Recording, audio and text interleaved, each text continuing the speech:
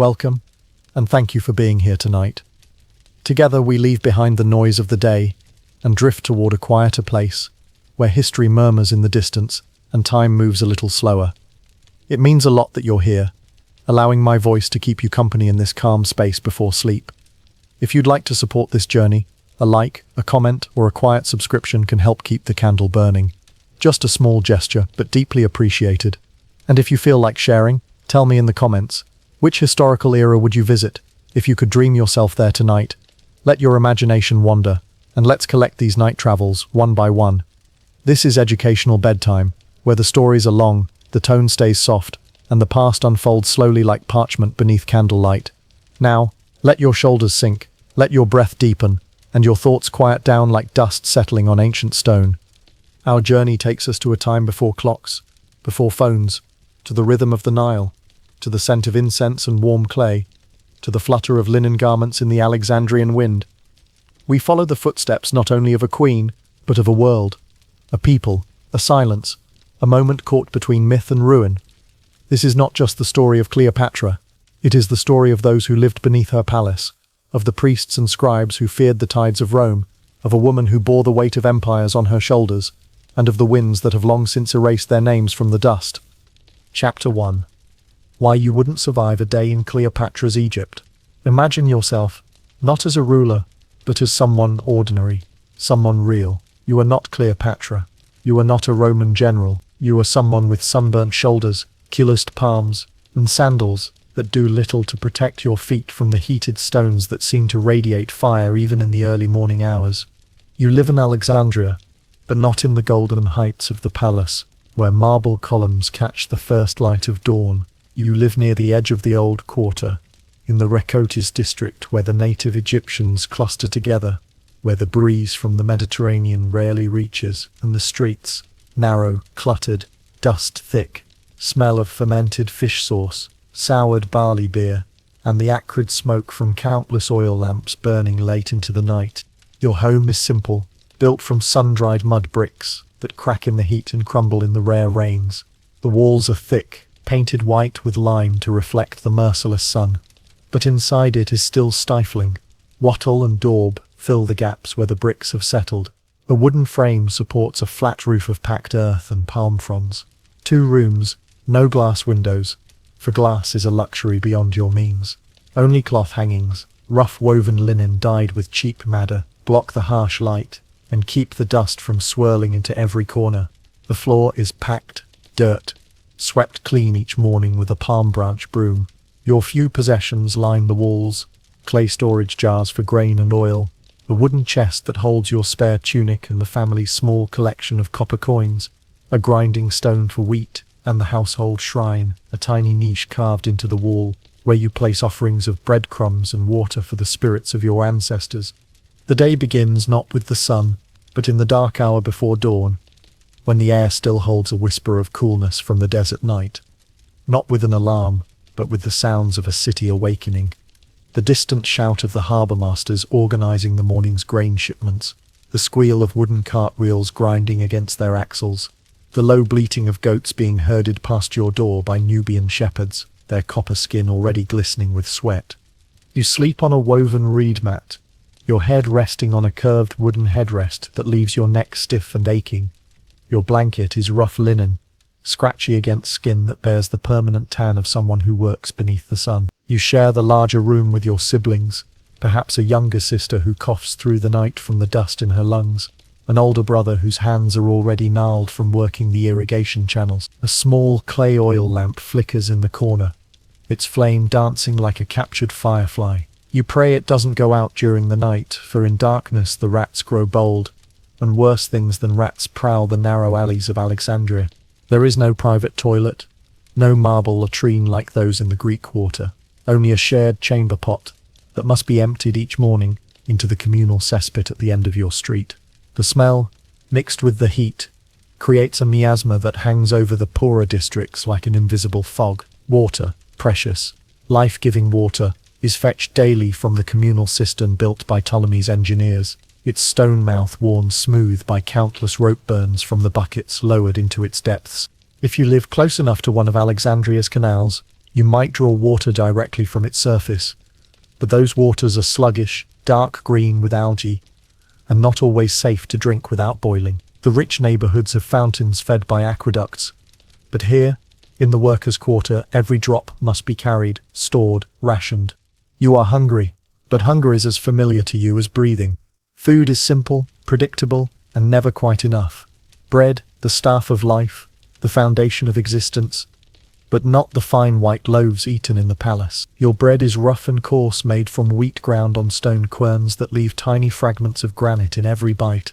You can taste the grit between your teeth, feel it scraping against your molars, until they wear down to nubs years before their time.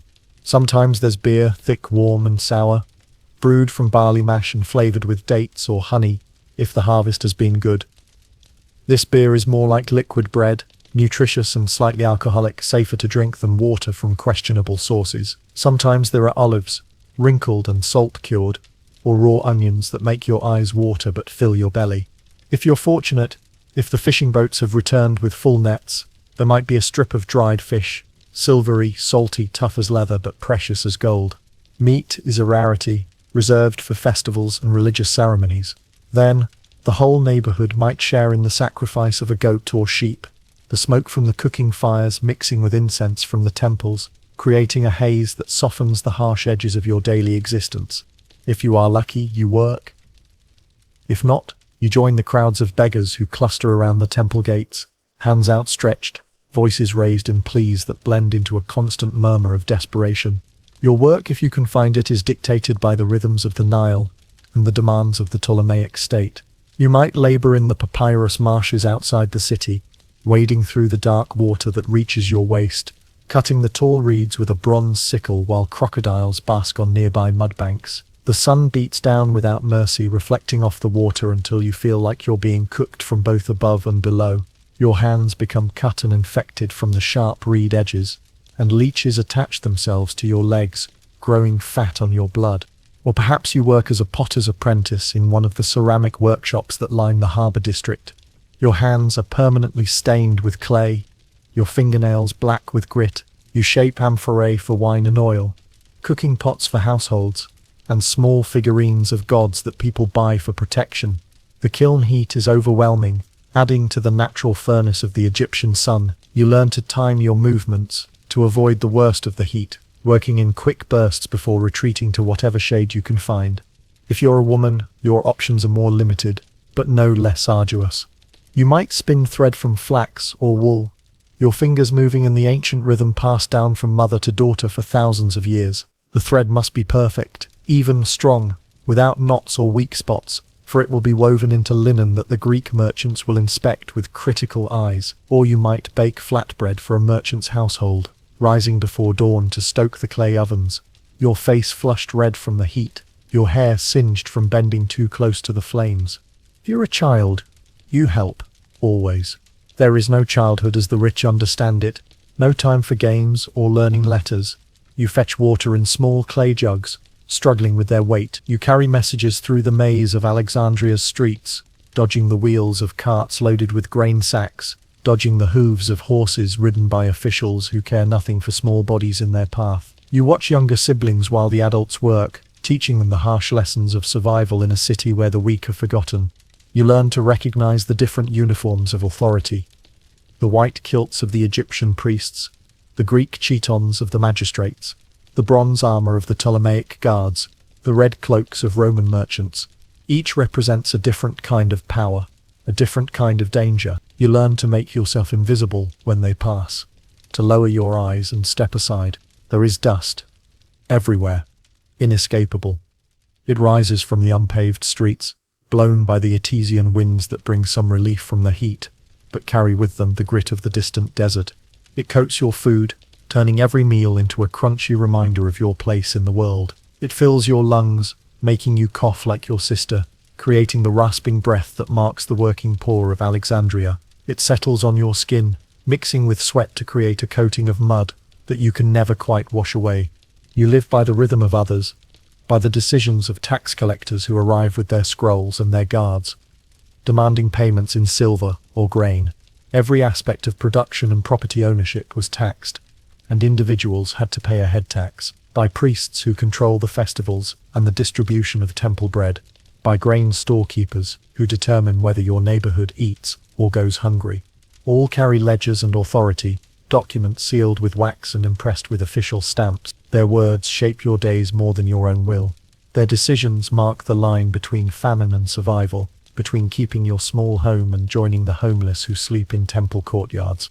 The tax system is Byzantine in its complexity. There are taxes on your person, taxes on your dwelling, taxes on your animals, taxes on the goods you buy and sell.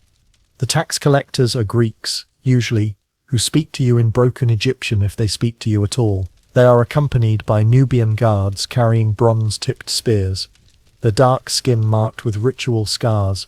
Their presence a reminder that the Ptolemaic state rules through force as much as law. You hear stories, of course, of the queen, of her beauty, her wisdom, her power to speak 9 languages fluently while you struggle with Greek numbers. Alexandria possessed a varied population of Greeks, Egyptians and other Oriental peoples, including a sizable minority of Jews. But to you, she is impossibly distant, a figure seen only on the silver tetradrachms that the rich drop by accident, her profile elegant and stylized, her eyes gazing toward a horizon you will never see. What matters more, what consumes your thoughts and haunts your dreams, is that your neighbor's son has fallen ill with fever, his small body burning with the sickness that kills so many children in the crowded quarters, that the roof of your house has developed a leak that lets in both rain and scorching sun, that the price of barley has risen again due to a poor flood season, and your family faces the choice between eating and paying the rent to your Greek landlord. You pray, often, desperately, sometimes to Isis, the Great Mother, whose temple rises like a mountain of white stone in the Egyptian quarter, its walls covered with hieroglyphs that tell stories your grandparents remember, but you cannot read. Sometimes to Serapis, the new god created by the first Ptolemy, to unite Greek and Egyptian beliefs, his bearded face both foreign and familiar. Sometimes to older gods, half-remembered deities whose names you whisper, only at night when the darkness makes you feel safe from the ears of those who might disapprove. There are charms on your doorway, small pottery figures of household gods, twisted copper wire formed into protective knots, dried herbs that are supposed to ward off the evil eye. Salt is scattered near the hearth each evening, a barrier against spirits that might enter while you sleep. Your grandmother taught you the words to speak when thunder rolls across the desert, when the wind carries the scent of rain from the south, when a black cat crosses your path in the market. You fear Rome, not as an abstract concept, but as a living presence that grows stronger each year. You hear Latin words in the port, harsh consonants that scrape against your ears like bronze against stone. The Romans dressed differently, their togas white as the sails of their grain ships, their sandals of quality leather that must have cost more than your family earns in a month. They walk differently, with the confident stride of conquerors who have never doubted their right to rule. They carry laws with them like weapons, scrolls that can strip away everything you own with a few sentences you cannot read. Their soldiers are everywhere now, bronze helmets gleaming in the sun, their marching feet keeping time to a rhythm that speaks of discipline and death. They are polite enough, most of them, but behind their politeness lies the iron certainty that they will take what they want when they want it. Alexandria is still technically ruled by Cleopatra, but everyone knows where the real power lies. You do not speak Greek fluently, like the elite who cluster around the palace and the library. Your tongue knows Demotic, the common Egyptian script and speech, words that flow like the Nile itself, soft and curved like the river's bends. When you must deal with Greek officials, you stumble over their hard consonants, feeling stupid and small when they respond with impatience or contempt. You write, if you can write at all, with a reed pen cut from the marshes, dipped in ink made from soot and gum. Your writing surface is not papyrus, that's too expensive, but ostraca, fragments of broken pottery that serve as scratch paper for the poor. You practice your letters on these sherds, copying out receipts for goods sold, simple prayers, lists of debts owed and payments due. The market is your theatre, your forum, your connection to the wider world. Here, in the maze of stalls and booths that sprawl between the harbour and the palace district, you witness the full spectrum of Alexandria's population. The people, the chariots, everywhere, men in cloaks and hobnailed boots. Nubian merchants selling ivory and exotic feathers, Jewish traders dealing in precious stones and Syrian glass, Ethiopian slaves with their distinctive filed teeth and ritual markings, Greek bureaucrats counting out coins with meticulous precision. The smells are overwhelming: fish sauce fermenting in clay jars, papyrus rotting in the canals, incense burning at every corner shrine, the sweat of humans and animals pressed too close together. The sounds create a symphony of commerce. Sellers shouting prices, buyers arguing discounts, coins clinking against stone, cartwheels creaking under heavy loads, children crying, mothers scolding, dogs barking at the heels of laden donkeys. At dusk, when the heat finally begins to ease, the market starts to close. The oil lamps begin to flicker to life. Expensive olive oil for the rich, cheap fish oil for everyone else. The air cools, but not enough to bring real relief. The temperature drops from unbearable to merely oppressive.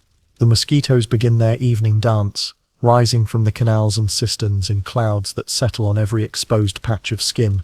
And you return to your small home, your simple life, your place in the vast machinery of Ptolemaic Egypt. You lie again on your reed mat, listening to the stories your grandmother tells in the darkness, tales of crocodiles who guard treasure in hidden chambers beneath the desert sand, of stars who watch over lovers separated by war and distance, of queens who could tame not just empires but the very forces of nature, calling rain from cloudless skies, commanding the Nile to flood or recede according to their will. These stories are your escape, your connection to something larger than the daily struggle for survival. In them, you glimpse possibilities beyond tax collectors and bread shortages, beyond the endless cycle of labor and rest and labor again. Your grandmother's voice, cracked with age but still strong with conviction, carries you to distant lands where anything might be possible. She tells you of the old pharaohs, the ones who built the pyramids that still rise like man-made mountains in the south, of Khufu and Khafre, whose names were power, whose tombs were gateways between this world and the next, of magic workers who could turn staffs into serpents, divide rivers, bring the dead back to life for 7 days and 7 nights. But even as these stories unfold in the darkness, you are aware of the present pressing against you, the weight of tomorrow's labor, the uncertainty of tomorrow's bread, the knowledge that your life hangs by threads as fragile as the linen you spin. And though you live far from power, removed from the great game of nations that swirls around the palace, you feel, in some quiet, almost mystical way, that the weight of history rests on every mud brick around you. Alexandria is not just a city, it is the crossroads of the world, the place where Africa meets Asia meets Europe, the ideas born here, the trade conducted here, the alliances forged and broken here, will echo across centuries. The queen, your queen, though she barely knows of your existence, is not yours in any personal sense, but her shadow, her influence, her power, her very presence is everywhere. It touches the price of grain in your market, the choice of gods in your temples, the language spoken in your schools, the laws that govern your life and death. When Roman ships arrive in the harbour, their holds full of wine and manufactured goods, you feel the tremor of great events. When Egyptian priests emerge from their inner sanctums to perform public rituals, you sense the ancient powers stirring. When Greek scholars debate philosophy in the academy, their words somehow reach even your modest street corner, changing how people think about justice, beauty, truth. You close your eyes as the breeze, warm and salt-scented from its journey across the Mediterranean, brushes your cheek with the gentleness of a mother's hand. Somewhere in the distance you can hear the sound of the Nile flowing, eternal, indifferent, endlessly ancient. It was flowing before the first pharaoh was born, before the first pyramid stone was cut, before Alexander ever dreamed of conquering the world. It will flow long after Cleopatra is dust, long after Rome itself has crumbled to ruins. But tonight, in this moment, you are part of its story. You are one thread in the vast tapestry of human life that spreads across the delta, binding peasant to pharaoh, linking past to future. Your struggles matter. Your small joys shine like stars in the desert darkness. Your very existence adds weight to the side of humanity in its eternal contest with chaos and emptiness. The Nile flows, carrying dreams and sorrows downstream toward the sea, and you flow with it, sleeping and waking, working and resting, hoping and fearing, as humans have done since time began. Sleep comes slowly in the heat, but it comes at last, bringing dreams of cool water and full bellies, of children who don't cough through the night, of roofs that don't leak, and bread without grit. Simple dreams for a simple life, but dreams nonetheless, proof that even in the hardest circumstances, the human spirit refuses to surrender its vision of something better. Chapter 2. Cleopatra, the seductress, the strategist, the survivor. Now that we've walked through the city streets, let us move upward, gently, to the palace, to a name that would echo louder than all others. Cleopatra, not the myth, not the perfume-slicked seductress of later tales, but the real woman, one born not of Egypt, but of Macedonia, the last of her line. Cleopatra VII Philopator was born into the house of the Ptolemies, a dynasty descended from one of Alexander the Great's generals, who, after the conqueror's death, carved out Egypt as his own, a foreign family ruling an ancient land for nearly 300 years. But what does it mean to be foreign in a land you've ruled for 3 centuries? The Ptolemies had arrived as conquerors, yet by Cleopatra's time they were something else entirely, neither fully Greek nor Egyptian, but something in between, a family caught between worlds, speaking Greek in marble halls, while the people below whispered in ancient tongues. By the time Cleopatra was born, around 69 BCE, that rule had grown thin. The Ptolemies still held the crown, but the power, it trembled like a flame in desert wind. Her father was Ptolemy XII, known as Auletes, the flute player, a man more comfortable with music than with the brutal arithmetic of power. Her mother remains a mystery, lost to the shadows of history. Some scholars suggest it was Cleopatra V Tryphena, but the truth has dissolved into the same sand that covers so much of ancient Egypt. She was raised not among tombs and pyramids, but in the marble corridors of a Greek-style court, where siblings became enemies, and alliances changed like desert wind. The Palace of Alexandria was a world unto itself, a labyrinth of learning and lethal politics, where the great library stood as a monument to knowledge, while in its very shadow, brothers plotted against sisters, and power was measured not in affection, but in breath still drawn. Cleopatra was educated in Hellenistic Greek by scholars, including one known as the Athenian, but her education went far beyond the typical curriculum of royal children. While her siblings learned the traditional arts of Greek nobility, rhetoric, philosophy, mathematics, Cleopatra studied something her ancestors had ignored, Egypt itself. She learned the Egyptian language, not just the formal hieroglyphic script reserved for priests and monuments, but the demotic tongue of the people. She was the first Ptolemy in generations to speak the language of her subjects. This was not mere curiosity. This was strategy in the markets of Alexandria, in the temples along the Nile, in the mud-brick villages where farmers worked land older than memory. Cleopatra could speak directly to her people. She could listen to their prayers, their complaints, their dreams. The power of language cannot be understated. When a ruler speaks your tongue, they enter your thoughts. When they understand your jokes, your metaphors, your curses, they become in some small way one of you. Cleopatra understood this instinctively. She walked among the people, visited temples, offered sacrifices as pharaoh, not just queen. She understood that power in Egypt was not just swords and scrolls. It was myth, ritual, presence. The pharaoh was not merely a ruler. They were the living incarnation of the gods, the bridge between the mortal world and the eternal realm where Osiris sat in judgment and Ra sailed his solar bark across the heavens. Cleopatra had siblings, too many, and she knew from a young age that affection meant little in the face of power. Brothers were co-rulers, sisters, rivals. One moment, an embrace. The next, exile. The Ptolemaic tradition of sibling marriage and murder was legendary, even by ancient standards. Brothers killed brothers, sisters poisoned sisters, parents eliminated children who grew too ambitious, too quickly. It was a family tree watered with blood, its branches twisted by generations of paranoia and ambition. Cleopatra had an older sister, Berenice V, and several younger siblings, including the brothers who would later become her co-rulers and greatest threats. Growing up in such an environment shapes a person in particular ways. Trust becomes a luxury you cannot afford. Love becomes a weakness that others will exploit. Every conversation carries hidden meaning.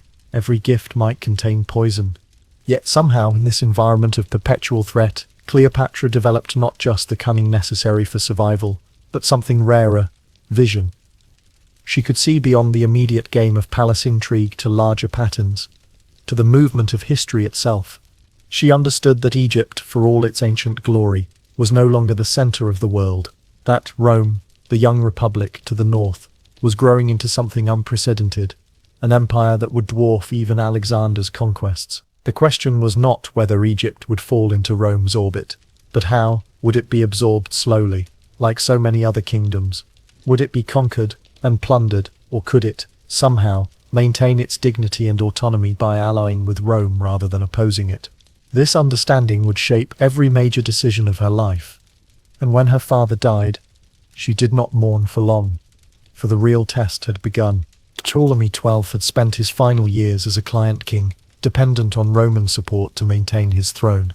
The people of Egypt had grown to despise him, not just for his weakness, but for the taxes he imposed to pay his Roman benefactors. When he died in 51 BCE, he left behind a kingdom in debt, a people in unrest, and a succession crisis that would determine the fate of the oldest continuous civilization on Earth. She was just 18, forced to rule with her younger brother, Ptolemy, 13, barely a boy. But in the court, boy kings were dangerous things. His advisors moved quickly to seize control. Her chief advisor, Pothinus, along with another, Theodotus of Chios, and the general Achilles, overthrew her and placed Ptolemy XIII on the throne, believing him to be easier to control than his sister. These men had watched Cleopatra grow from child to woman, had seen her intelligence, her ambition, her dangerous habit of thinking for herself. They preferred a malleable boy to a brilliant young woman. Soon, Cleopatra found herself pushed aside, exiled to the edge of her own kingdom. Her throne taken, her power reduced to whispers. But this was not defeat. This was education. In exile, Cleopatra learned lessons that no palace tutor could have taught her. She learned what it meant to be powerless, to depend on the loyalty of others, to survive on wit rather than wealth. She learned to read the subtle signs of shifting allegiance, to distinguish between those who served her from conviction and those who served from convenience. Most importantly, she learned patience. But Cleopatra did not retreat. She waited, watched, and then news arrived. A Roman had come to Alexandria. Not just any Roman, Julius Caesar. He was in pursuit of his rival, Pompey the Great, but arrived only to find Pompey murdered on the shore, a severed head delivered as a gift. It was an offense to Roman honor and to Caesar's political needs. He had not come to Egypt to find a corpse, but to capture a living rival who might yet be pardoned and used. Pompey's death removed that option, leaving Caesar both offended and strategically disadvantaged. It was an offense, and it set the stage. Cleopatra knew that to regain her crown, she would need more than swords. She would need Rome. She would need Caesar. But how does an exiled queen gain audience with the most powerful man in the world? How does she bypass the advisors and generals who now controlled her own palace? So one night, under the veil of secrecy, she slipped into the palace. Not through the grand gates, but wrapped in a rug, carried by a loyal servant, unrolled before the Roman general's feet. The story of Cleopatra hiding in a carpet to meet Caesar has become legend, but consider the reality behind the romance. This was not the act of a love-struck young woman, but the calculated gambit of a brilliant political mind. Cleopatra understood that Caesar was a man who appreciated boldness, who respected those who took risks. She also understood that first impressions matter, especially when you have only one chance to make your case. That image has been told and retold, often with fanfare, seduction, laughter, but imagine it now, with silence. A young woman, exhausted, her kingdom slipping away, a gamble that could cost her life. Think of the moment, the carpet unrolled, revealing not just a young queen, but a living symbol of Egypt's ancient dignity. Caesar, veteran of a dozen wars, conqueror of Gaul, master of Rome, suddenly face to face with a woman who dared to stake her life on a single, audacious gesture. It did not. It won her audience. It won her favor. What followed was not just romance, but alliance, strategy. Caesar was 52 years old, Cleopatra 21. He was battle-scarred and politically astute. She was young and desperately ambitious, yet they recognized in each other something rare, minds that worked at the same level, the same speed. They could speak of strategy and philosophy, of poetry and mathematics, of the rise and fall of empires with equal facility. Caesar had known many women, wives for political alliance, mistresses for pleasure, priestesses for spiritual comfort. But in Cleopatra, he found something different, an intellectual equal who happened to be one of the most powerful women in the world. Their alliance was both personal and political, but it was the political dimension that mattered most to history. Caesar needed Egypt's wealth to fund his campaigns. Cleopatra needed Roman military support to secure her throne. Together they could reshape the Eastern Mediterranean, creating a new kind of empire that combined Roman military might with Egyptian cultural sophistication. Caesar restored her to the throne. Alexandria burned. Rivals fell. And the queen returned, not just victorious, but pregnant. The pregnancy was itself a political statement. Their son would be named Caesarion, Little Caesar. The name was not chosen randomly. It announced to the world that this child was not merely the offspring of a Roman general and an Egyptian queen, but the potential heir to two great traditions. In him the blood of the Ptolemies would mingle with the blood of the Julii, creating something unprecedented, a child who could claim both Egyptian divine kingship and Roman imperial authority. But the tide of history does not rest. Cleopatra traveled to Rome, staying in Caesar's own villa. Respected, tolerated, feared. Rome in the 40s BCE was a city drunk on conquest and paranoid about its future. The old republic was dying, though few yet admitted it. The streets were full of soldiers and slaves, philosophers and gladiators, merchants and priests from every corner of the known world. And to this chaotic cosmopolitan atmosphere came Cleopatra, not as a supplicant or hostage, but as an honored guest. She brought with her the treasure and the mysteries of Egypt. Roman aristocrats, who prided themselves on their Greek education and their ancestors' simple virtues, found themselves fascinated by this young woman who spoke perfect Greek and Latin, who could discuss Plato with the philosophers and military strategy with the generals, who carried herself with the casual confidence of someone born to rule. But she was also a foreign queen, a woman wielding power in her own right, a reminder that the world was larger and more complex than Roman prejudices allowed. Some Romans were charmed. Others were deeply disturbed. All were aware that her presence changed the political equation in ways they couldn't quite calculate. Caesar, meanwhile, was using his relationship with Cleopatra to project power both domestically and internationally. To his enemies, it demonstrated his ability to forge strategic alliances beyond the traditional Roman sphere. To potential rivals, it suggested access to Egyptian wealth and resources. To the people of Rome, it offered a glimpse of the vast exotic world that Roman arms were bringing under their control. Then, March 15th, 44 BCE, the Ides. Julius Caesar was assassinated, stabbed not by enemies, but by those who once called him friend. 23 wounds. 60 conspirators, a man who had conquered Gaul and crossed the Rubicon, who had made himself dictator of Rome and lover to the Queen of Egypt, bleeding to death at the foot of Pompey's statue. The irony was not lost on contemporary observers. After the violent death of Julius Caesar in 44 BCE, civil war broke out between, on the one hand, the assassins, republicans like Brutus and Cassius, and on the other hand, the Caesarians, led by Mark Antony and Octavian. For Cleopatra, the news was catastrophic. In a single day, she had lost her protector, her ally, her lover, and the father of her son. More than that, she had lost her entire strategy for preserving Egyptian independence. Everything she had worked for, everything she had risked, lay in ruins. Cleopatra fled.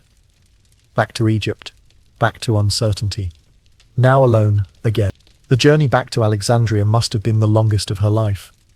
Every day brought news of fresh chaos in Rome. Every night brought dreams that probably mixed hope with nightmare. Would Caesar's heir honor the agreement Caesar had made? Would the assassins triumph and demand Egypt's submission? Would civil war tear Rome apart, creating opportunities for Egyptian independence? Or would it simply ensure that whoever emerged victorious would be hungrier for plunder and revenge? But time, once more, brought a shift. Rome descended into civil war, and a new figure emerged, Marcus Antonius, known to us as Mark Antony. Brilliant, bold, flawed, Antony was everything Caesar had not been. Where Caesar was calculating, Antony was impulsive, Where Caesar was disciplined, Antony was indulgent. Where Caesar had been a general who happened to be a politician, Antony was a politician who happened to be a general. Yet he was also charismatic, generous, brave to the point of recklessness, and possessed of a kind of larger-than-life personality that made ordinary people love him and aristocrats fear him. He had been Caesar's lieutenant, his friend, perhaps his designated heir, until the young Octavian appeared with Caesar's will and adoption papers. Now he found himself sharing power with that same Octavian in an uneasy triumvirate that controlled the Roman world, but satisfied no one completely. He summoned Cleopatra to meet him, not out of love, but out of need. Antony controlled the eastern provinces of the Roman Empire, but controlling and governing are different things. He needed money for his armies, supplies for his campaigns, and legitimacy for his rule. Egypt could provide all three, but only if its queen could be persuaded to cooperate. A summit meeting was arranged. The location, Tarsus, in what is now southern Turkey. The year, she arrived not as a guest, but as a goddess. Her barge glided up the river Cydnus, sails of purple silk, oars dipped in silver, perfumes trailing on the air. She was dressed as Isis incarnate, divine consort, mother of kings. This was theatre on an epic scale, calculated to overwhelm the senses and command respect. The barge itself was a work of art, its prow carved and gilded, its deck carpeted with the finest Egyptian textiles, its crew dressed in costumes that evoked both earthly luxury and divine majesty. Musicians played haunting melodies that mixed Egyptian, Greek, and Roman styles. The air was thick with frankincense and myrrh, spices worth more than most people earned in a lifetime. But the centerpiece was Cleopatra herself. Dressed as Isis, she was not merely impersonating a goddess, she was asserting her divine nature. In Egyptian theology, the pharaoh was the living embodiment of the gods. By appearing as Isis, Cleopatra reminded Antony that he was not merely meeting with another client ruler, but with the incarnation of one of the most powerful deities in the ancient world. It was no accident. Every detail had been planned to create maximum psychological impact. Antony, for all his power, was still essentially a Roman aristocrat, a man from a culture that valued military prowess and political skill, but remained somewhat suspicious of luxury and sophistication. Cleopatra was showing him a vision of power that was older, richer, and more magnificent than anything Rome had yet produced. Antony fell, not instantly, but steadily, not just for her face, but for her mind. What began as a diplomatic negotiation became something more complex. Antony and Cleopatra were both magnetic personalities, both accustomed to being the most interesting person in any room. When such people meet, the result is either mutual annihilation or mutual fascination. They became partners. In bed, in court, in war. Their relationship was simultaneously one of the great love affairs of history, and one of its most calculated political alliances. Personally, they seem to have genuinely enjoyed each other's company. Antony appreciated Cleopatra's intelligence, her sense of humor, her ability to match him drink for drink, and scheme for scheme. Cleopatra found in Antony a man who appreciated her strength, rather than being threatened by it, who could match her ambition and exceed her capacity for indulgence. Politically, their alliance made perfect sense. Antony needed Egyptian wealth and naval power for his planned campaigns against Parthia, and his inevitable confrontation with Octavian.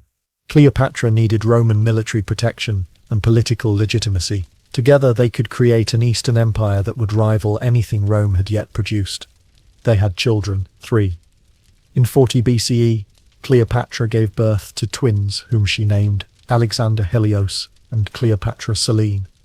Later, they would have another son, Ptolemy Philadelphus. The names were not chosen randomly. Alexander Helios, Alexander the sun, evoked the greatest conqueror in history and the most powerful god in the Egyptian pantheon. Cleopatra Selene, Cleopatra the moon, paired her mother's name with another celestial deity. Ptolemy Philadelphus recalled the greatest of the early Ptolemaic rulers. Together, the names announced the couple's intention to create a new dynasty that would unite the legacy of Alexander, the power of Rome, and the antiquity of Egypt. They lived in grandeur, spoke in riddles, drank from jeweled cups. Their court in Alexandria became legendary for its luxury and sophistication. Banquets, where the plates were made of gold, where the wine came from the finest vineyards of Greece and Italy, where poets and philosophers debated while dancers performed and musicians played. It was a court that seemed to exist outside the normal rules of politics and economics, a bubble of magnificence floating on the surface of a troubled world. But it was also a working court, a place where serious political and military planning took place. Maps were studied, treaties negotiated, armies organized. The luxury was not mere self-indulgence, it was a projection of power, a way of demonstrating that their alliance had the resources and the confidence to reshape the ancient world. But Rome did not sleep. And another rose from its ashes. Octavian, Caesar's heir. While Antony and Cleopatra were creating their Eastern paradise, Octavian was quietly consolidating power in the West. He was younger than Antony, less charismatic, less obviously talented, but he was also more focused, more patient, more skilled at the intricate game of Roman politics. He saw in Cleopatra not beauty, but threat. A foreign queen, daring to command legions, to shape Roman policy, to birth heirs of mixed blood. To Octavian's propaganda machine, Cleopatra represented everything that was wrong with the direction Rome was taking. She was foreign, female, and powerful. Three characteristics that traditional Roman values viewed with deep suspicion. More than that, she was influencing a prominent Roman general to adopt foreign customs, to treat non-Romans as equals, to think of the empire as something larger and more inclusive than a Roman dominion. This was not mere xenophobia, though xenophobia certainly played a part. It was a fundamental disagreement about what kind of empire Rome should become. Should it remain essentially Roman, absorbing other cultures, only to the extent that they served Roman interests? Or should it evolve into something more cosmopolitan, a genuine fusion of the world's great civilizations? Antony and Cleopatra represented the second path. Octavian was determined to prevent them from taking it. It was unacceptable. So came war. And in 31 BCE, on September 2nd, on the waters near Actium, Cleopatra and Antony's fleet met Octavian's. Antony moved his troops into Greece, preparing for a battle with Octavian. But while both men commanded large armies, roughly 200,000 men each, the war would not be decided on land, but at sea. There, the ships of Mark Antony and Cleopatra outnumbered Octavian's fleet. The Battle of Actium was not supposed to be decisive. Both sides had been maneuvering for months, trying to force the other into an unfavorable position. Antony's plan was probably to break through Octavian's blockade and escape to Egypt, where he could regroup and continue the war. He had larger ships, more experienced crews, and the advantage of fighting alongside the most formidable naval power in the Mediterranean. But battles have their own logic, independent of the plans of generals. The battle took place in the Ionian Sea, near the former Roman colony of Actium, Greece. Octavian's fleet was led by Marcus Agrippa, perhaps the finest naval commander of his generation. His ships were smaller and more maneuverable than Antony's heavy warships, better suited to the hit-and-run tactics that would decide the battle. The fighting was fierce, but confused. Ships rammed each other. Marines boarded enemy vessels. The sea became littered with wreckage and bodies. At some point, accounts differ on exactly when and why. Cleopatra's section of the fleet broke through the enemy lines and fled toward Egypt. Antony, seeing his lover's ships departing, abandoned his own fleet to follow her. They lost. They fled to their enemies. This looked like cowardice or betrayal. To more sympathetic observers, it seemed like the desperate gambit of leaders who realized that their cause was lost, and their only hope lay in escape. The truth probably combines elements of both interpretations. Before their forces suffered final defeat, Antony and Cleopatra broke through the enemy lines and fled to Egypt. And in the end, as Octavian approached, Antony, broken by false news of her death, fell upon his own sword. The final year was a nightmare of declining options and mounting desperation. Octavian methodically eliminated Antony's remaining allies, cut off his supply lines, and advanced inexorably toward Alexandria. Antony and Cleopatra tried diplomacy, bribery, military resistance, magical rituals. Nothing worked. In the end, faced with certain defeat, they seemed to have chosen death over the humiliation of capture. But even their deaths were not simple. Mark Antony stabs himself, only later finding Cleopatra still lives and dies. He died in her arms. The scene has been recreated countless times in art and literature. But try to imagine the reality. A man who had once commanded legions, who had dined with kings and made love to the most powerful woman in the world, bleeding to death in a palace that no longer offered any sanctuary, and Cleopatra, holding him as he died, knowing that her own death was only hours away. Cleopatra, now truly alone, knew what was coming. Octavian offered mercy, but it was not freedom. He would parade her in Rome, a trophy, a shadow. After Octavian has declined to negotiate, Cleopatra reportedly commits suicide. The prospect of being paraded through Rome as a captive was unthinkable for someone who had lived her entire life as the embodiment of divine authority. She had seen what happened to defeated enemies in Roman triumphs, the humiliation, the jeering crowds, the eventual execution. It was a fate worse than death for someone of her pride and dignity. And so, in the quiet of her chamber, surrounded by handmaidens, Cleopatra prepared. The method of her death is still debated. The serpent's bite or poison concealed in a comb, we do not know. The snake story has captured the popular imagination because it seems so symbolically appropriate. The cobra was a symbol of divine power in Egypt, associated with the uraeus, the protective serpent worn on the pharaoh's crown. To die by snakebite would be to die as pharaoh, claimed by the very symbol of royal authority. The poison was more certain, more controllable. A woman as intelligent as Cleopatra would probably have chosen the method most likely to succeed, regardless of its symbolic resonance. What we do know is that when Octavian entered the room, he found only silence, and the end of the Ptolemaic line, the end of Egypt's last pharaoh, the end of a woman who had dared to stand between empires. 30 Orki 30 BCE. Cleopatra kills herself, and with her death, a chapter of history that had lasted for millennia came to a close. Egypt would remain a Roman province for the next 6 centuries, but never again would it be ruled by pharaohs who claimed descent from the gods. Her children's fates were mixed.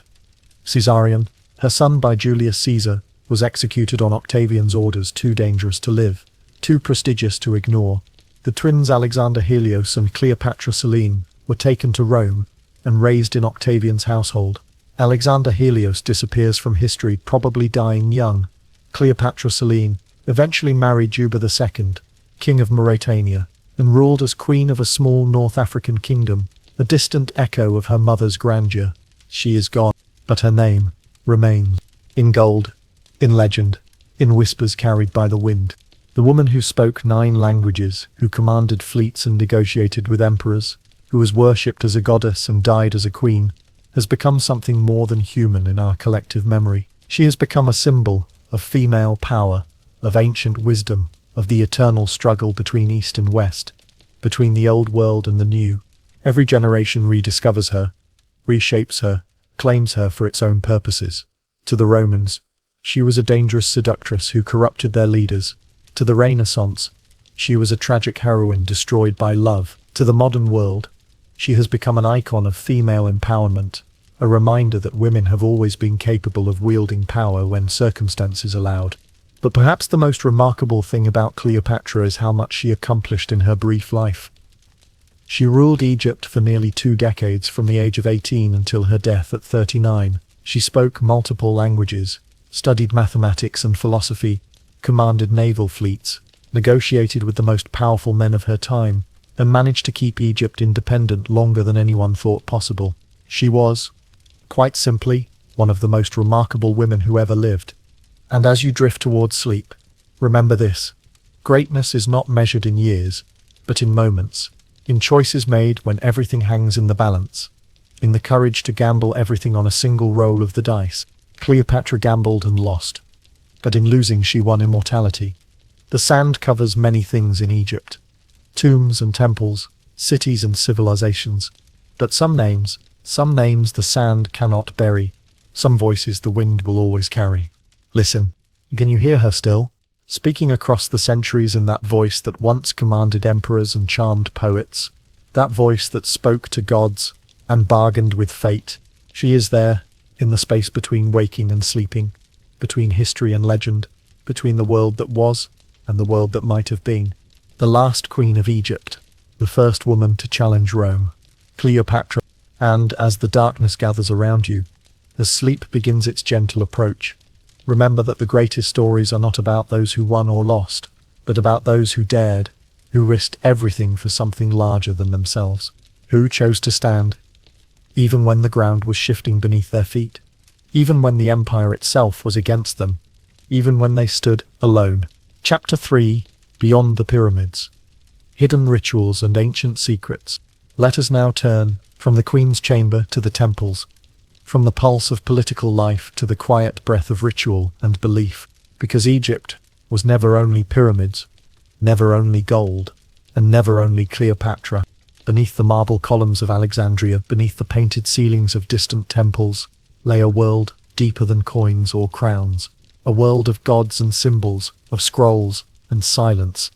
And though the Great Pyramid of Giza had already stood for 2,000 years when Cleopatra reigned, its shadow still lingered, not just over the desert, but over the minds of men.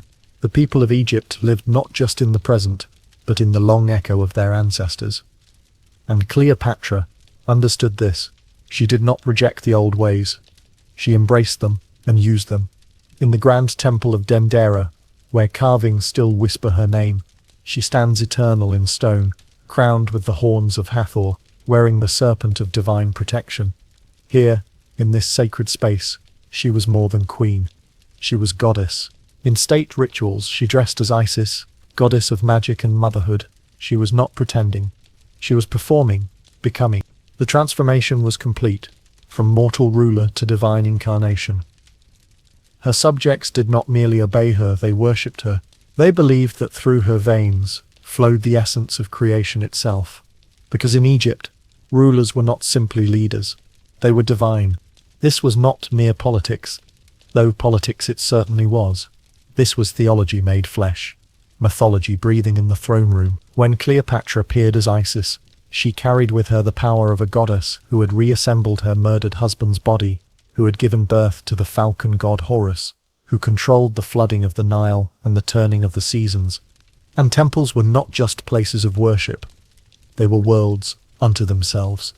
Vast complexes, libraries, laboratories, sanctuaries of astronomy and alchemy. The Temple of Isis at Philae, though built after Cleopatra's time, shows us what these sacred places became, cities within cities, where priests lived entire lifetimes without stepping beyond the walls. Imagine one now.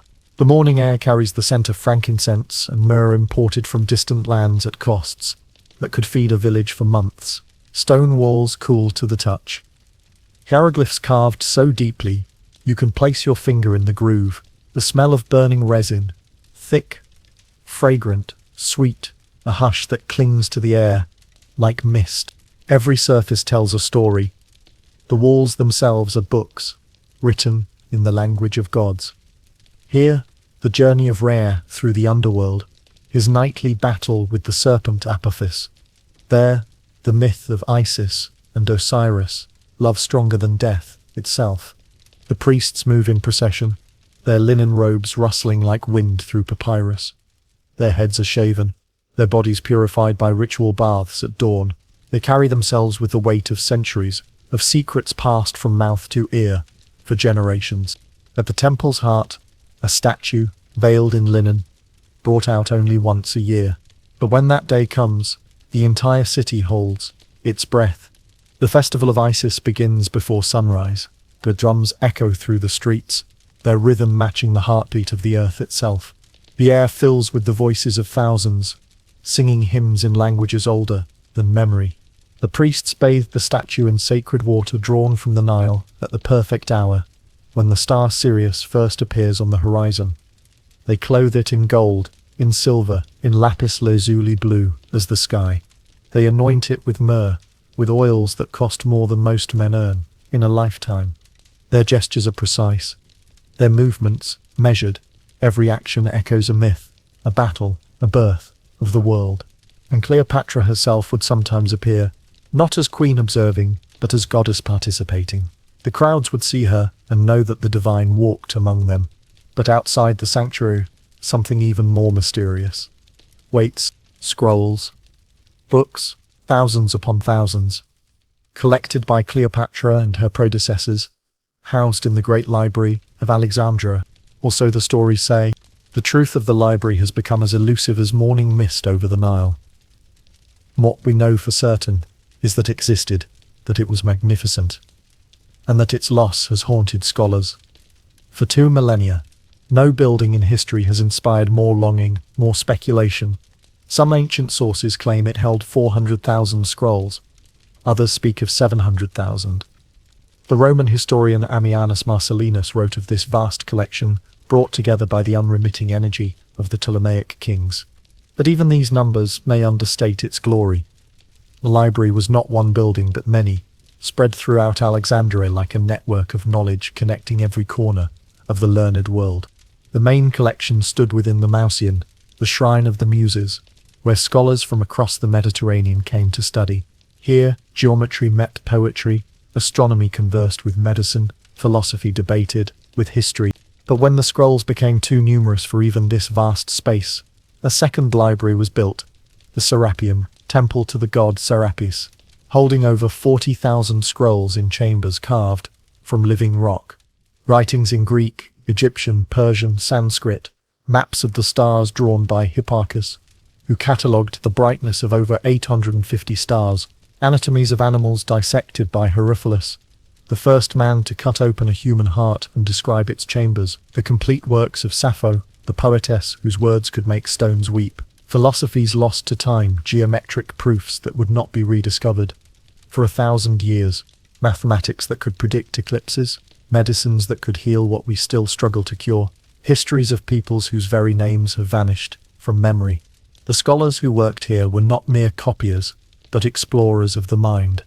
Eratosthenes calculated the circumference of the earth, using only shadows and geometry.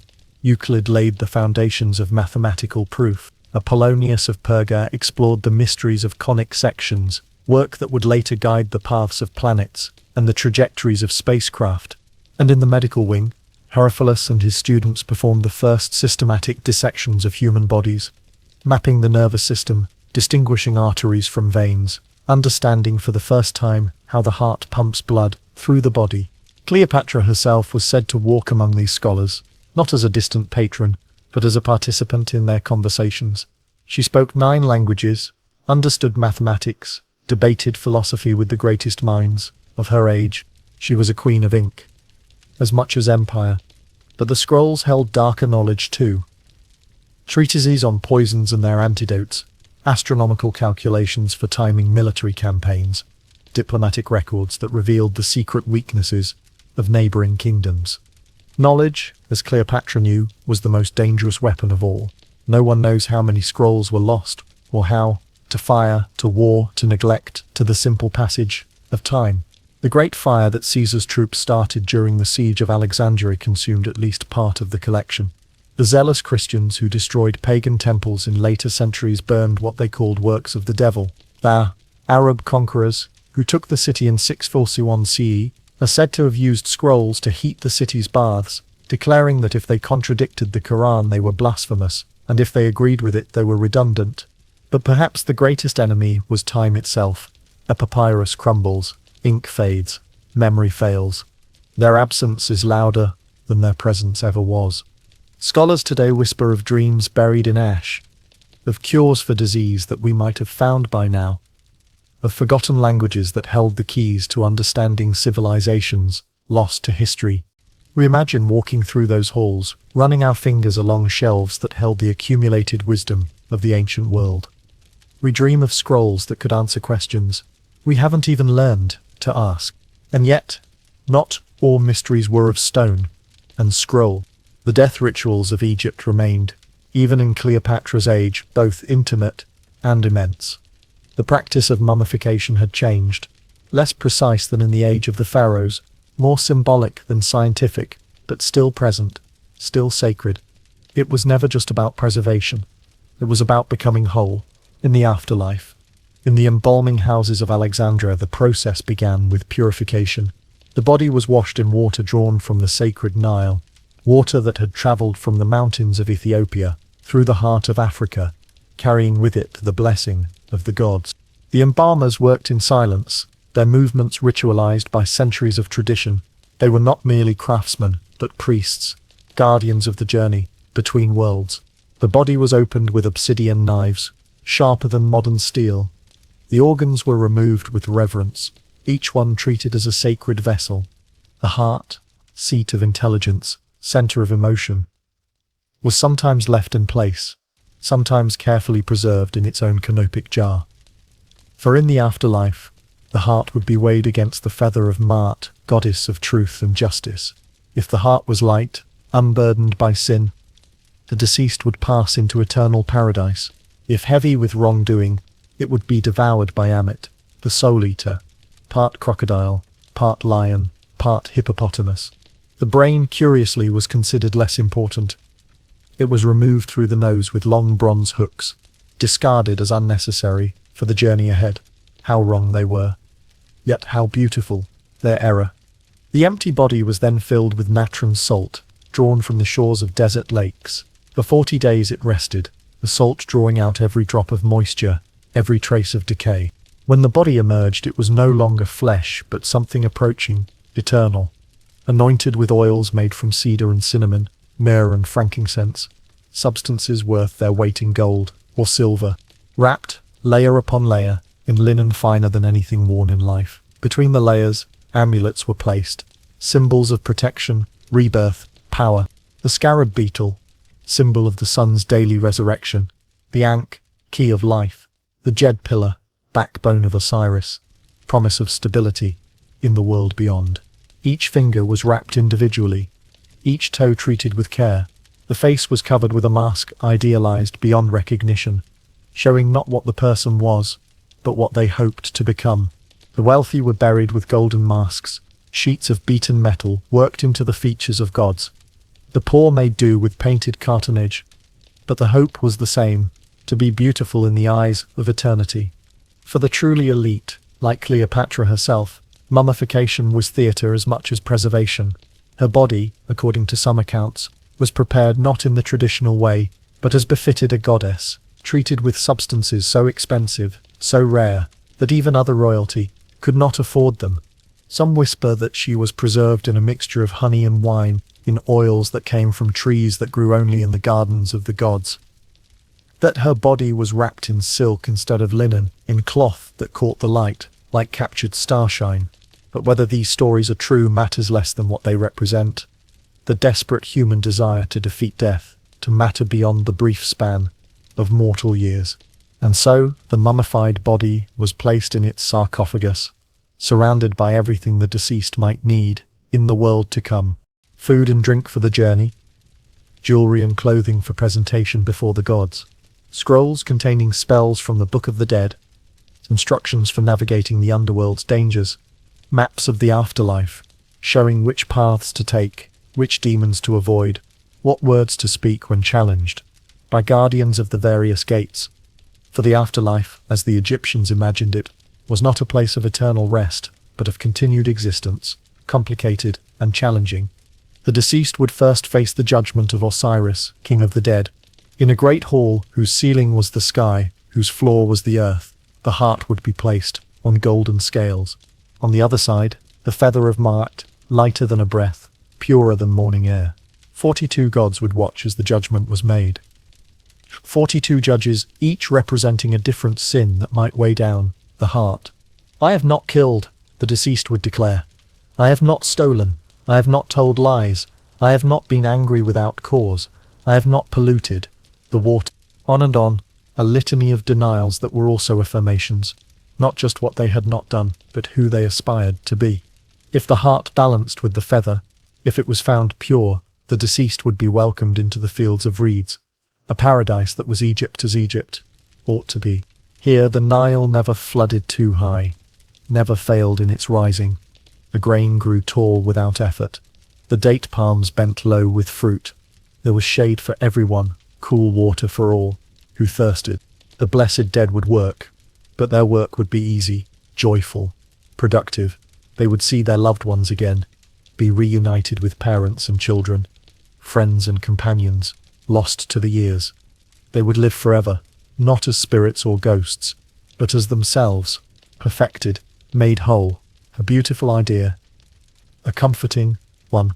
And in that belief, whether held by a beggar working the docks, a farmer tending wheat in the delta, or a queen ruling from a palace of marble, we find the thread that connects all of Egypt, the longing to last, to be remembered, to matter in a world ruled by sand and time. This was perhaps why Cleopatra identified so strongly with Isis, goddess who had conquered death itself. According to the myth, when Osiris was murdered by his jealous brother Set, his body was cut into pieces and scattered across Egypt, but Isis did not despair. She searched the length and breadth of the land, gathering every fragment, every bone, every drop of divine blood. With magic and determination, with love stronger than death, she reassembled her husband's body.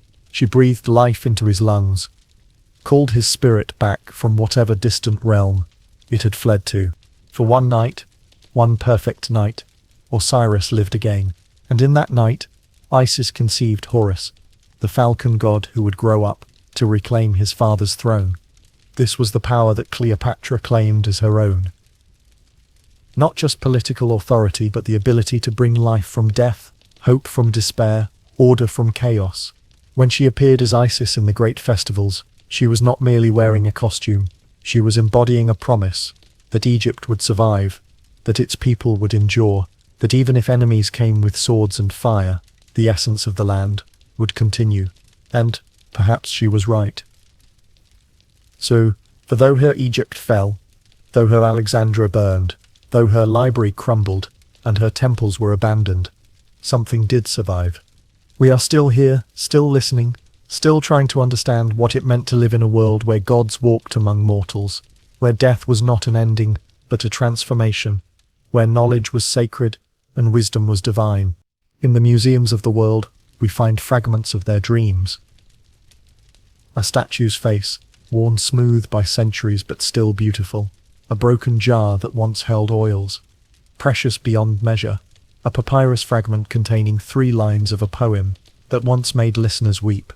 A faded name carved in stone, the only proof that someone lived, loved, hoped and died believing in something greater than themselves. And so even today, when we look upon these fragments, we listen, not with ears, but with stillness. We feel something echo across the centuries, a whisper from a world that believed in magic, that saw the divine in every sunrise, that built temples to last forever, and filled libraries with the dreams of humanity. We know that something once stood here, something magnificent, something that reached toward the eternal, and for a brief moment touched it. Golden, silent, sacred, and in the quiet of this moment, as you listen to these words, as you imagine walking through the halls of Alexandria, through the temples of Isis, through the chambers where Cleopatra herself once moved like a goddess among mortals, you become part of that story. You carry forward the echo of their hopes, the memory of their dreams, the whisper of their prayers to gods whose names we still remember, even if we no longer believe in their power. For in the end, this is what survives when empires fall and queens die and libraries burn, the human longing to understand, to create, to leave something beautiful in the wake of our passage through this brief and precious existence. The Egyptians called death going to one's K, returning to the eternal essence that had existed before birth and would continue after the body failed. Perhaps they were wrong about the details, the weighing of hearts, the fields of reeds, the judgment of Osiris. But perhaps they were right about the essential truth, that something in us reaches toward forever, that consciousness is too strange, too wonderful, too improbable to simply end when the neurons stop firing. Perhaps they were right that love is stronger than death, that beauty endures beyond the decay of flesh, that the best of what we are somehow continues, somehow matters, somehow echoes in ways we cannot fully understand.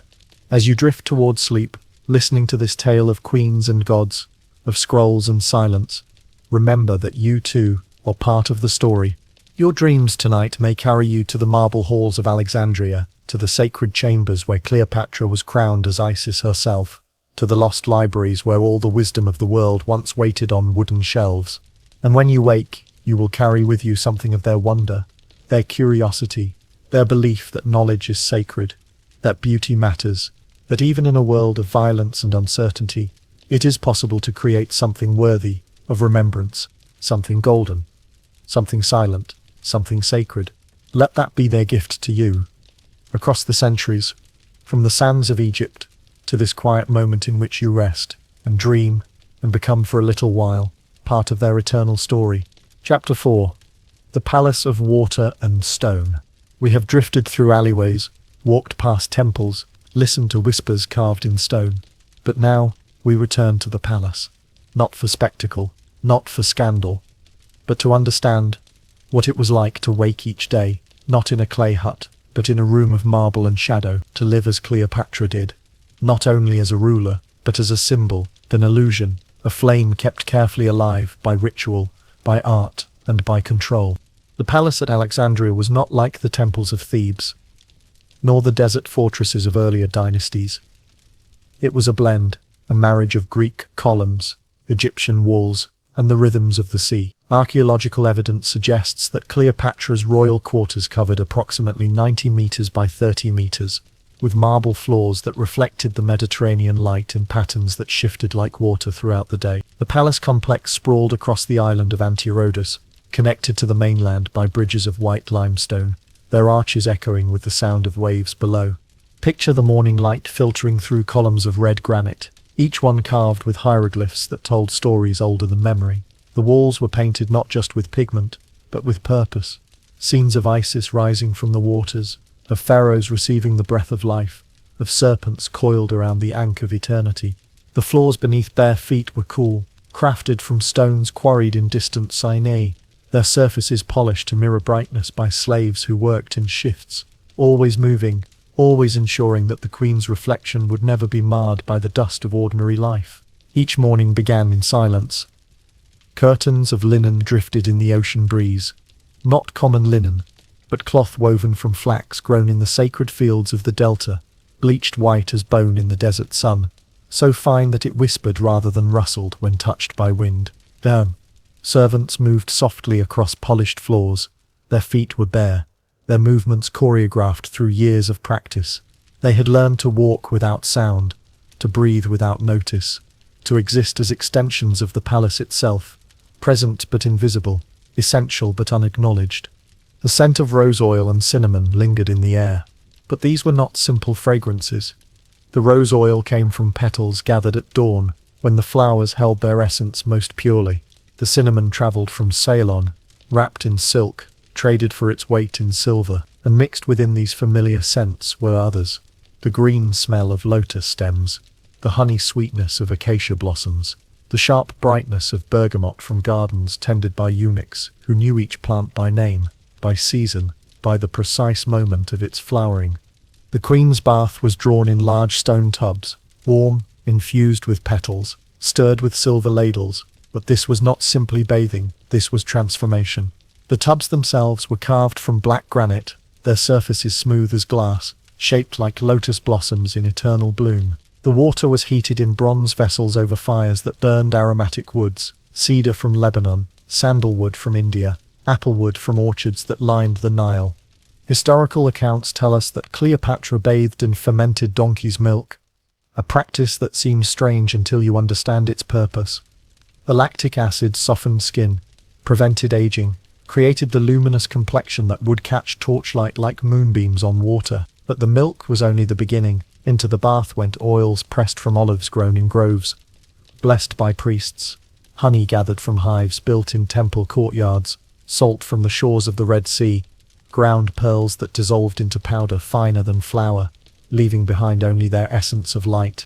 Rose petals floated on the surface, not scattered carelessly, but arranged in patterns that held meaning. The spiral of eternity, the eight-pointed star of Isis, the lotus chain that connected earth to heaven. She would sink into this water as Cleopatra the woman, and emerge as Cleopatra the goddess, the transformation complete, not through magic, but through intention, through the careful accumulation of symbols that convinced both observer and observed that divinity could be worn like a crown.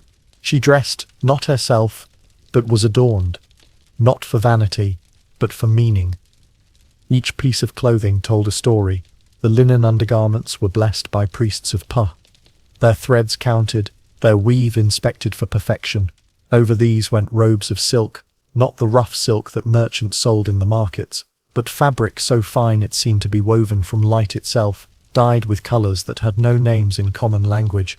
The purple came from thousands of murex shells, crushed and boiled, until they yielded their precious dye, a color so rare that only gods and emperors were permitted to wear it. The gold thread was beaten so thin that it floated on breath, yet it held fast when woven, creating patterns that seemed to move with each gesture, each turn the head. Jewels were placed not for beauty alone, but for memory, a brooch from a treaty forged in celebration of peace with Nubia, its design incorporating symbols from both kingdoms, a ring passed down from her grandmother, its emerald carved with the cartouche of Alexander, connecting her bloodline to the great conqueror, a headpiece shaped like a cobra, watching always, its eyes made from rubies that seemed to burn within a fire.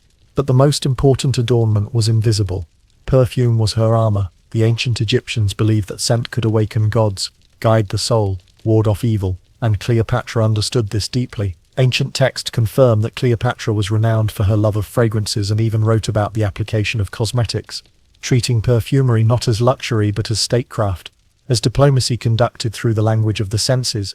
Her perfumers, trained not just in craft but in chemistry, worked in chambers deep beneath the palace, where the temperature remained constant, where no sunlight could fade their precious ingredients, where the stone walls absorbed and held the memory of every scent they had ever contained. They blended lotus, myrrh, frankincense, and blue chamomile. But these names are too simple for what they created. The lotus was not gathered from any pool, but from sacred waters where the flowers opened only at dawn. Their petals touched by the first light of Ra, the gatherers waded into water that reached their waists, their movements slow and ceremonial, plucking only the blossoms that had achieved perfect symmetry. Recent archaeological research has recreated what scientists believe to be Cleopatra's signature fragrance, which they call the Chanel No. 5 of ancient Egypt, based on residue found in ancient amphora, discovered in the ruins of perfume factories near Alexandria. The myrrh came from trees that grew in the land of Punt, where Arab traders risked their lives crossing desert wastes to harvest the precious resin. It arrived in Alexandria, wrapped in gold cloth, each tear of hardened sap examined for clarity, for the depth of its amber color, for the way it released its fragrance when warmed between fingers. Frankincense journeyed even farther, from trees that clung to cliffsides in Somalia, their roots finding purchase in cracks in stone, their branches reaching toward a sky that offered little mercy. The best frankincense was pale yellow, almost white, and when burned it produced smoke that seemed to climb straight to heaven without wavering. But the secret ingredient was time. Their mixtures aged in alabaster jars, stored in underground cellars, far from heat and eyes. Each jar was sealed with wax that bore the mark of its maker, the date of its creation, the phase of the moon under which it was blended. Some perfumes aged for months, others for years. The most precious were those that had been begun by perfumers now dead, their formulas passed down through whispered instructions, their proportions adjusted by instinct more than measurement.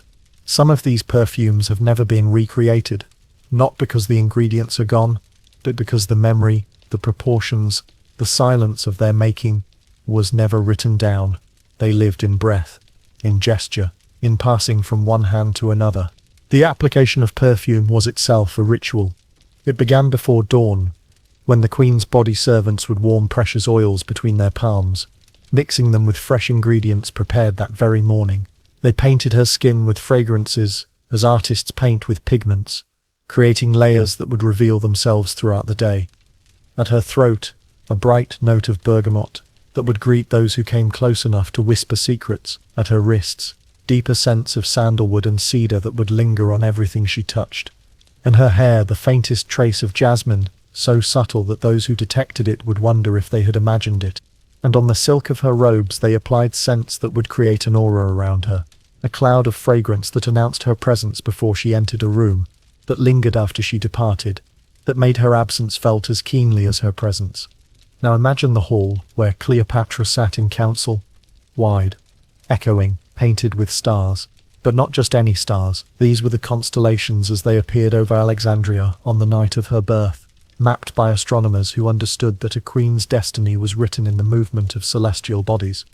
The ceiling soared 40 feet above the marble floor, supported by columns so massive that 6 men holding hands could barely encompass their circumference. Each column was carved from a single piece of granite, transported by ship from quarries near Aswan, their surfaces polished to catch and reflect the light of oil lamps that burned night and day. The walls were painted with scenes that told the story of divine kingship, pharaohs receiving the double crown from the gods, the Nile flooding at the command of Isis, the sun god Ra sailing his boat across the sky, pulling light across the world. But these were not merely decorations, they were statements of power, reminders to everyone who entered this space that they stood in the presence of one who claimed kinship with the gods themselves. Courtiers stood to the sides, barely breathing. They had learned to position themselves with mathematical precision, close enough to hear, far enough to show respect, never in direct line with the throne, never casting shadows that might fall across the queen's face. Their clothing was regulated by strict protocol, linen of specific quality, colours that complemented but never competed with the royal purple, jewellery that caught light but did not outshine the crown's brilliance. Even their breathing was controlled, synchronized to avoid creating distracting movements, trained through years of practice until stillness became as natural as motion.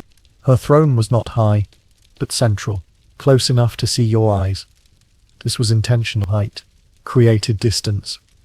But Cleopatra understood that true power came from connection, from the ability to read the thoughts behind carefully composed expressions, to detect the tremor in a voice that betrayed fear or deception. The throne itself was carved from ebony, wood so dark it seemed to absorb light. Its arms were shaped like the wings of Isis, spread in protection.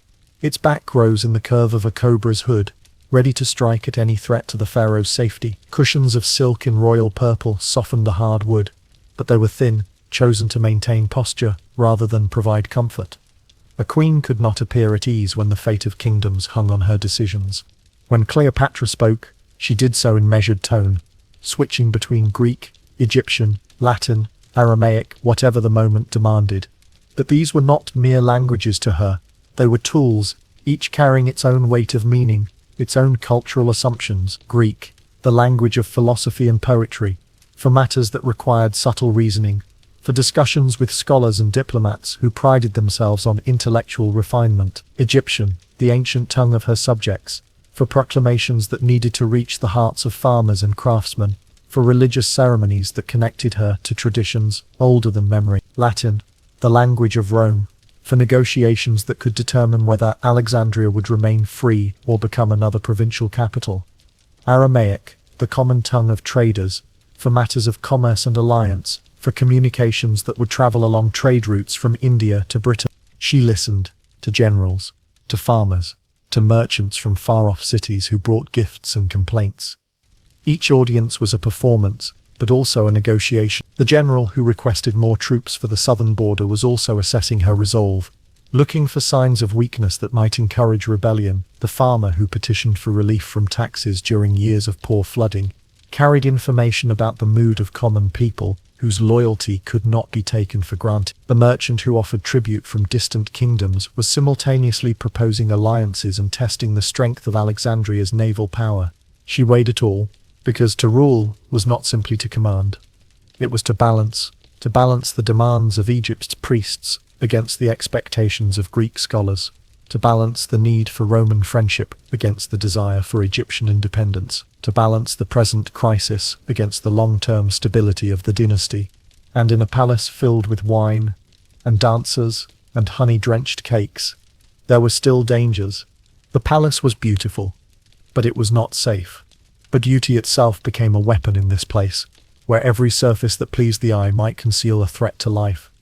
Each cup might hold more than wine, each scroll might carry more than news, each visitor might bring with them a secret. The cups were works of art. Gold worked so thin it was translucent, silver carved with hunting scenes, bronze inlaid with ivory and precious stones. But their beauty served a purpose beyond aesthetics. The gold cups were tested with strips of silver that would tarnish in the presence of certain poisons. The silver cups were lined with horn that would change color if deadly substances were added. The bronze cups were used only for ceremonial toasts where the queen and her guest would drink simultaneously, ensuring that what was safe for one was safe for both. Even the wine was a complex matter. It came from vineyards that had been in royal hands for generations. tended by workers whose families had sworn oaths of loyalty that extended back centuries. The grapes were pressed by slaves who lived on the palace grounds, who had no contact with the outside world, whose every meal and every breath was supervised by guards who themselves had been raised from childhood within the palace walls. The wine aged in amphorae, sealed with wax that bore the royal seal, stored in cellars where the temperature never varied, where guards changed shifts every 2 hours to prevent anyone from developing relationships with the precious contents of their trust. But even with all these precautions, the wine was tasted. First by slaves whose only value was their expendability, then by servants whose families could be held accountable for any betrayal, finally by officials whose own lives were forfeit if the queen suffered any harm. There were poisons kept hidden in rings, in hairpins, in jars labelled with false names, not always for murder, but for control. Some poisons brought quick death, distilled from the venom of asps that basked on the rocks of the Upper Nile. Others brought slow decline, symptoms that could be mistaken for natural illness, allowing for changes in policy that would appear to be voluntary decisions. Still others brought not death but compliance, substances that clouded judgment, that made the resistant agreeable, that turned enemies into allies without the messiness of warfare. For the option, the power, to choose silence over surrender. The rings that held these substances were masterpieces of jeweler's art, their secret compartments invisible to casual inspection, opened by pressure applied to specific gems in precise sequences. The hairpins appeared to be simple ornaments, carved from ivory or precious wood, but their hollow chambers could hold drops of liquid that would be absorbed through skin or released into food, with a gesture that looked like an absent-minded adjustment of an elaborate hairstyle. The jars with false labels lined the shelves of what appeared to be an ordinary perfumery, their contents identified by logs known only to the queen's most trusted servants. Cleopatra knew this well. Her education had not been gentle. She had been raised in a dynasty where survival required the ability to smile warmly at those who wished you dead, to dine with those who would profit from your failure, to trust no one completely, not even those who shared your blood. She had watched her sisters fall, Arsenio, who had dared to claim the throne of Egypt, and had been paraded through Rome in golden chains before being executed on the steps of a temple to teach the world what happened to those who challenged Roman power. Ptolemy XIII, her own brother, who had been her co-ruler, and her enemy, whose death in the Nile had been described as drowning, but whose body had shown signs of violence that suggested other causes, had seen lovers betray, and children disappear from history. Julius Caesar, who had promised to make her queen of the world, but whose assassination in the Roman Senate had left her isolated and vulnerable to those who saw her as a symbol of everything that threatened traditional Roman values. Mark Antony, who had sworn that their love would conquer all obstacles, but whose military failures had made him a liability that would drag her down with him. Even the children born of these unions lived under constant threat. Caesarion, her son with Julius Caesar, was a walking reminder of Roman weakness, a symbol that could inspire rebellion against Octavian's rule. The other children, fathered by Antony, were hostages to fortune, their lives dependent on political calculations made by men who had never held them as infants, who saw them only as pieces on a strategic board. Even among silk cushions and golden goblets, her mind was never unguarded. Every smile was analyzed for sincerity. Every gift was examined for treachery. Every letter was decoded for hidden meanings that might reveal plots against her throne or her life. Sleep itself became a strategic decision. She learned to rest in short periods, never deeply enough to be completely vulnerable, always aware of the sounds beyond her chamber door. Her dreams were populated by faces of those who had betrayed her, by visions of futures that might await her children if her vigilance ever faltered. And yet, there were moments of quiet. In her private gardens, high-walled, shaded by fig trees, with pools of still water, she would walk alone. These gardens were her sanctuary, the one place in the palace where the weight of royalty could be set aside, if only temporarily. The walls were 20 feet high, topped with spikes of bronze that gleamed like golden thorns. Guards patrolled the perimeter, but they were instructed to remain invisible, to allow the illusion of solitude. The fig trees had been planted by her grandfather, their roots now deep enough to find water even in drought years, their branches spread wide enough to create pools of shade where the temperature remained bearable even at midday. The pools were fed by channels that brought water from the Nile, filtered through beds of sand and gravel until it ran clear as crystal. Lotus blossoms floated on the surface, their roots extending down into mud that smelled of life and growth. She was not always in council, not always in command.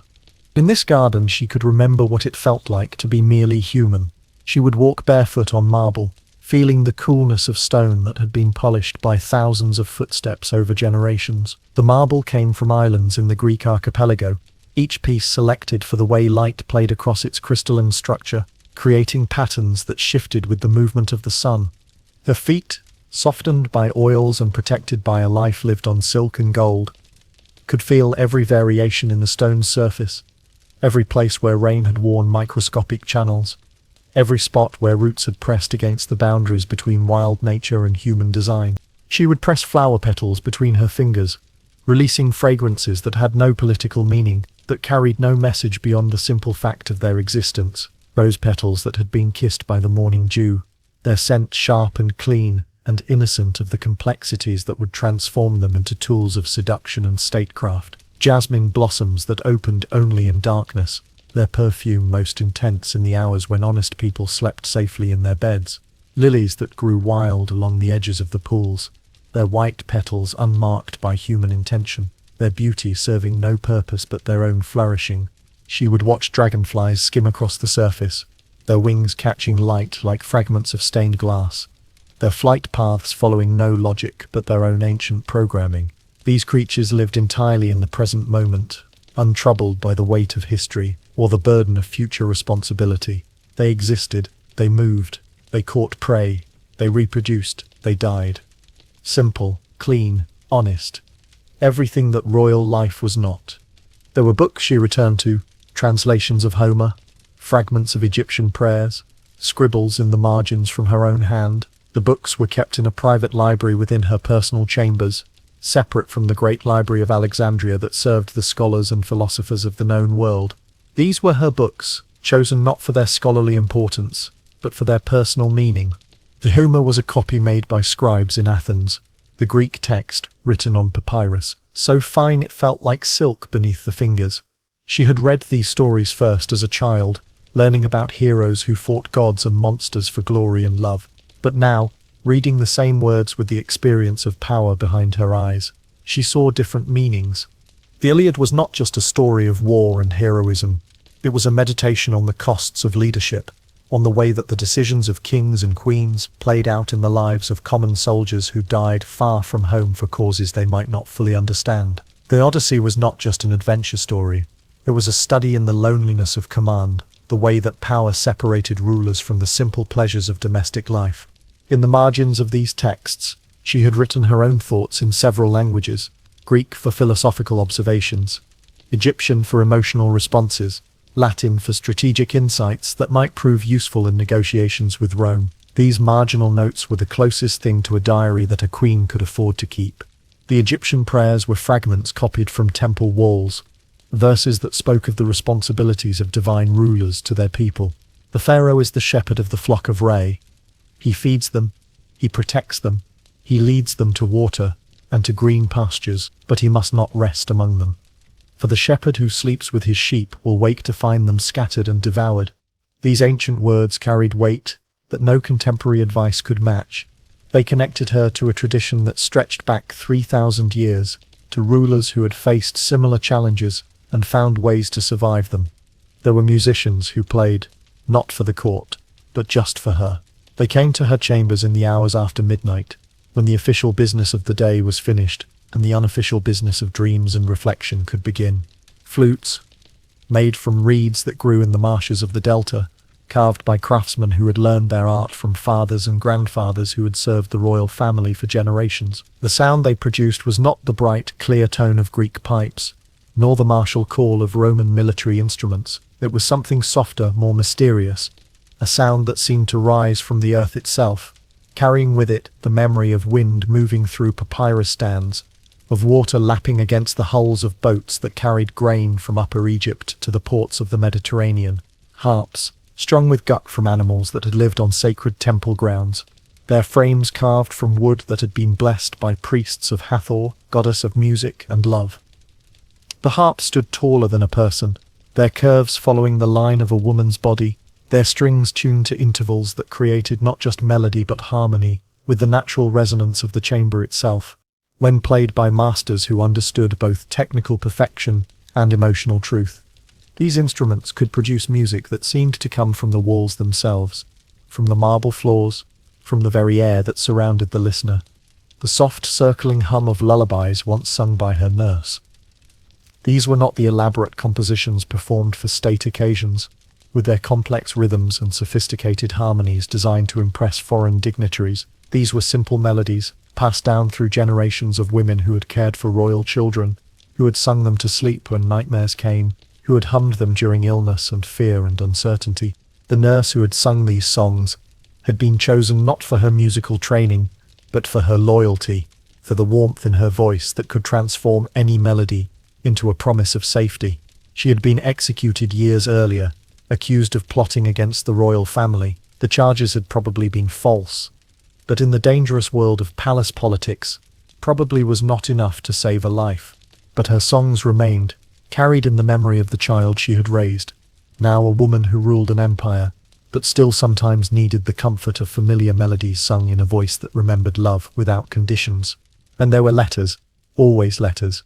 From Rome, from allies, from those who wished to be allies. The letters arrived daily, carried by messengers who had risked their lives crossing deserts and mountains, and storm-tossed seas, to deliver words that might change the balance of power in the ancient world.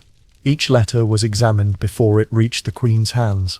The paper, or papyrus, was tested for poisons that could be absorbed through the skin. The ink was analyzed for dangerous substances that might cause illness or death to anyone who handled the document. The seals were checked for authenticity, compared against samples kept in a secure archive that documented the official marks of every important ruler and general in the known world. But beyond these physical precautions, each letter was also examined for deeper dangers. The language was analyzed for coded messages that might reveal intelligence about military movements, political alliances, or economic opportunities. The timing of delivery was considered. Letters that arrived too quickly might indicate that the sender had advanced knowledge of events that were supposed to be secret. Letters that arrived too slowly might mean that they had been intercepted and copied by enemies who were using the correspondence to gather information about Egyptian plans and weaknesses.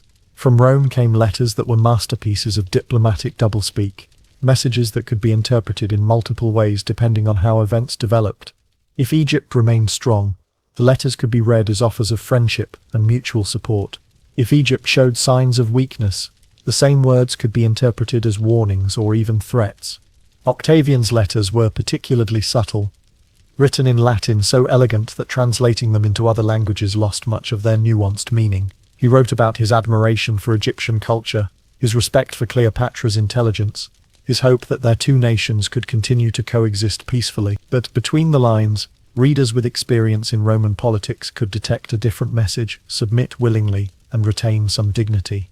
And now, the story fades. The incense has burned low, the linen curtains have stilled, and the sand, ever patient, has begun to cover what once stood proud. You have walked through the narrow streets of Alexandria, smelled the dust of its markets, felt the wear of its stone beneath bare feet.